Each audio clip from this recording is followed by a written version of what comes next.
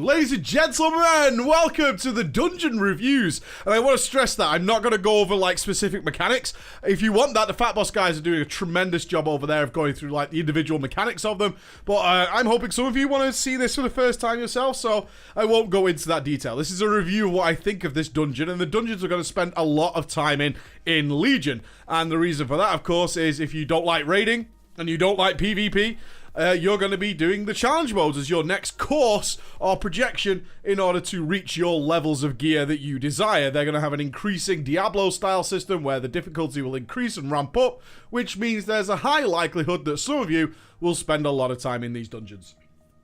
So I think a review of the basic layout and the fundamental ideas in there is a good idea. I think that's worth doing and a good approach to it, rather than saying, this is what this bot does, this is what this boss does, which you can get elsewhere, and that's perfectly cool. So, we're going to kick off with the Violet Hold. Why? It's the remake. This is the remade dungeon from Wrath of the Lich King, as it seemed obvious, I guess, from Blizzard's point of view, because it's located within Dalaran, which is our new major city. And it fundamentally works exactly the same as it did in Wrath of the Lich King. Many of us were hoping, I think, that when they said Violet Hold is coming back, that maybe there would be some sort of difference, like we would go into a different area of the prison and do something else. But we don't. It is exactly the same room. What Blizzard has done is quite simple, really. It must have been relatively quick for them to do, in a basic sense. It's just changed the mobs. The entire environment remains the same, except for the heroic boss, which, thankfully, our dungeon bugged out, so we actually got to see where that is, but I'll save that as a surprise for you guys. So, let's start off with the good, then. Okay, let's start with the good. This instance has the best bosses so far that I've encountered in Legion. Bar none. It's fantastic. The bosses inside there have been so well designed. The mechanics are outrageously good. They've utilized the environment in such a cool way. There's bosses that use different levels of the environment in order to survive the mechanics, which is a little slight twist on an old mechanic that we've seen. We've got bosses that utilize new mechanics that we haven't seen, involving the facing of certain players into certain directions. Every boss is sort of very, very unique.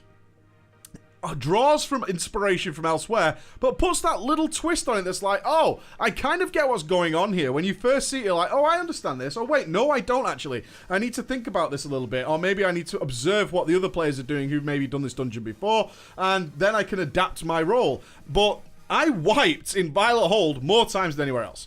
And there are about 8 bosses in there, I want to say. It took me about 5 runs to see them all. I got relatively lucky from what I'm told. Some guys ran this dungeon 10 times and didn't see all the bosses. So that was lucky for me. So we have everything from huge Saffron-style dragons all the way down to Millhouse Manastorm's wife, which was Maleficent Manastorm, and Millhouse is like, oh god, no, not the wife, she's here, and all this kind of little, it's got mixes of comedy, it's got mixes of just really interesting stuff going on, and you're going to see a theme across most of my reviews is that some dungeons look visually and aesthetically spectacular, right? But their boss mechanics fucking suck really badly, to the point where you're just not even sure what's going on, and then the boss is dead, and you're like, what happened there? Was somebody carrying us, or did nothing really happen? But it should be important to note here, I think, that this is like the LFR version of the dungeons, yeah? This is like the LFR version. They're just showing you what's going on. The challenge modes are where you're going to see the actual things matter. And this is where Violet Hold in the current iteration really falls flat on its face. The big problem I have with Violet Hold, and why I consider it probably the worst dungeon, despite what I just said about these amazing, amazing bosses, right, is that it's still the Violet Hold. And the Violet Hold was notorious in Wrath of the Lich King as not being the dungeon you left, right? You didn't leave the Violet Hold when you got in, or at least most people didn't, but you went, ugh, God. And it still exists with those problems. So let's just highlight those problems. And hopefully Blizzard can do something about it, or may do something about it in the challenge mode. Firstly, the idea of the Legion invading the prison to release these mega demons that are being imprisoned there. And they still do the same mechanic as they did in the original Violet Hold, which is they spawn from portals. And the idea is that they're trying to get to the door. When they spawn, they do not have aggro on players. They will not go for players. They will go for the door. And you're supposed to be stopping them, and the door has a shield barrier with a percentage on it that should be wearing down over the course of the dungeon. And that's the idea. Unfortunately, in the normal mode, which is obviously the easiest, so you've got to bear that in mind for the rest of the video, yeah? This is like the easiest version of it, and it's in many ways that makes it kind of okay, is that you never know that's going on. At least in one of the dungeons, I encountered a fellow who had never done the Violet Hold through his leveling experience and didn't know what the fuck was going on. He's like, what's even happening here? And I said, well, they're trying to get to the door. He's like, who's trying to get to the door? It's like, the trash. He's like, really?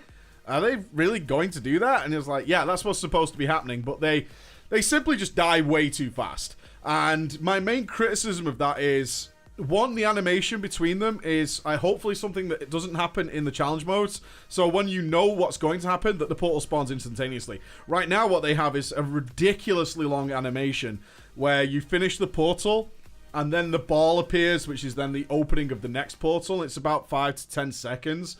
And my God, does it just take you out of the gameplay all the time. It was really hard for me to not just look at my other screen and see what's on Netflix or see if any good, cool YouTube videos have been uploaded or anything like that, or change my song, because you get into a rhythm of things, and there are plenty of specs in Legion that need a little bit of ramp-up time to get actually going, which is an intended design, and the Violet Hold just constantly takes you back out of that. You kind of get a rhythm going. So if you're using an Arms Warrior, for example, you start getting a little Colossus Smash rhythm going, and then suddenly the mob's dead, and you're moving on to the next one, and you're like, oh, okay, I've got to stop, and then it's on cooldown, I didn't have a chance to reset it, so I kind of have to wait now. A Demonology Warlock is fucking hell in the Violet Hold, because that has lots of ramp-up time. It has loads of ramp-up time. You've got to get 3 demons out, and then you've got to empower those demons, and then you've got to work up to your filler, and by the time you get there, everything's dead, and you're just like, oh, great, I'm back to this animation again, and my demons have despawned, and I'm starting again. And that is an inherent problem that existed in Violet Hold in the first place, and many people cried out, please, can you speed this up? And they did, kind of, but not enough to keep the flow of combat, which is very important. Because you fight a lot of these waves. There's like 8 waves between each boss. And that's a really long time to have your gameplay stop, start, stop, start, stop, start. And they've not cured that. There's no button like we saw in the Mogashun. I want to say one of the Mogashun dungeons. I forget the name in Mr. Pandaria. Where we had the gauntlet event on the many levels of the temple. And you could hit the button and speed the whole thing up. Let's get this fucking show on the road. We have a solid group. We don't need to be waiting all this time. Some suggestions then. Some suggestions even for normal mode is, one, make their initial spawning aggro for the door way higher. I know, because I've tanked, DPS'd, and healed all of these dungeons to make sure I have the different perspectives. And the aggro going for the door needs to be way higher. Like, it's a simple thunderclap on a warrior instantly grabs aggro and you never have to worry about it again. And this is why people didn't really understand that they had to protect the door. And so therefore you were like, oh, okay, I just stand here and I tank whatever comes out, and if I hit it with anything or even a DPS accidentally cleaves it, then the whole mechanic of them attacking the door just stops. Rather than, you know, maybe having to taunt them or prepare something a little heavier like a proper shield slam or something, just to make sure that you could get that aggro. I'm not talking about raise it huge amounts. Raise it so that I can't tickle his testicles and then instantly he's stuck to me, right? I want to be able to go like, okay, new mob, because that's the idea, is they constantly spawn mobs until you kill the main mob. Yeah, you'll get the main mob spawn. He's like the commander of the portal. And once you kill him, that's when the portal closes. But until that point, he will continue to summon in, like, trashy mobs in a constant stream. And that really just felt weak. It felt so weak, and it kept bringing me back out of the combat all the time. So that criticism of the trash still remains from Wrath of the Lich King, for those of you hoping that would change. No. No, unfortunately, which is something they could really, really work on, for my opinion. In terms of the trash itself and these primary mobs, I thought they were really well designed. There's a Felguard who's going to AoE everything. There's a pack of more sinister, like a gang, they call it. Everything that we kind of saw in the original Violet Hold, but with updated, more modern World of Warcraft mechanics attached to them, which is not going to be a difficulty for anyone to deal with, as long as you have a good tank. So let's move on to, again, what has always been the criticism of Violet Hold, is that not only does it keep taking out the combat, but the design of the steps and stuff and the multiple levels means that movement is a real pain in the ass, as is line of sight. Yeah, line of sight is a real pain in the ass. So you have this issue regularly where people, especially if it all comes down to your tank. If your tank is not aware, and you guys I'm sure have been in many groups with an unaware tank, who just stands in front of the portal and will tank things, right? He's doing his job, he's tanking. And as I said, there are Felguards who throw down AoE, and it's like a circular AoE where everybody has to move. If your tank's naturally safe because it didn't get thrown at him, he's not moving anywhere. And as I tanked this first, I had no problems whatsoever. Everything was a breeze, and we just burned through it. When I switched over to a healer and a DPS, though, oh my god, so frustrating. When I was healing regularly did I have people who would just never in line of sight. And I had to keep moving around all the time, needlessly in many ways, just to try and get into line of sight of them, and sometimes even running through the damage spells and all this kind of stuff, just because the rest of the group isn't where it's going on. Again, nothing that'll affect you in challenge modes. It's just one of those frustrating things that the Violet Hold naturally has happen because of the design of the interior. Happens all the time. Needless to say, things like Heroic Leap, Charge, all these kind of movement spells you might have, and Blink, they just bug out all the time in there, and it's one of those like, oh god, stop doing that, you know what I mean? I need to move here. You've designed a boss that makes me need to move, and yet you seem to have stuck with this ridiculous design interior that means that these abilities just fail regularly or just seemingly don't work. I choose my Heroic Leap and it's telling me, no, you can't go there. And I'm like, come on, bro. It's just there, you know, please. Can I charge this mob? No, you can't. Which was a real pain in the ass. But nothing that's going to go away unless they redesign the entire interior, which is a shame, really, because it just creates frustration for the healers and the DPS, should you have a weaker tank in the normal mode, but nothing that will affect you in the challenge modes. I don't expect so.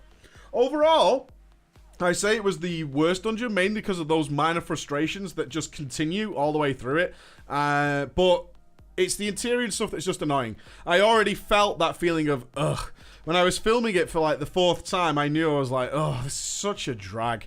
It really is such an immense drag that I just, you know, it's the dungeon so far that I'm like, I don't really want to do this, but it's worth doing, I suppose. And other than that, it's a damn fine dungeon. The bosses in there are so cool that it's okay as a remake. It is. It's okay.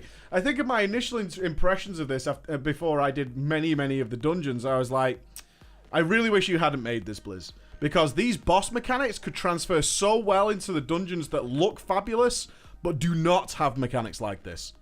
And that makes them weaker as a result. There doesn't need to be this two sides. And it feels that way sometimes. It does feel that way, guys. It feels like, oh, we know the interior and the look of this dungeon is pretty weak sauce.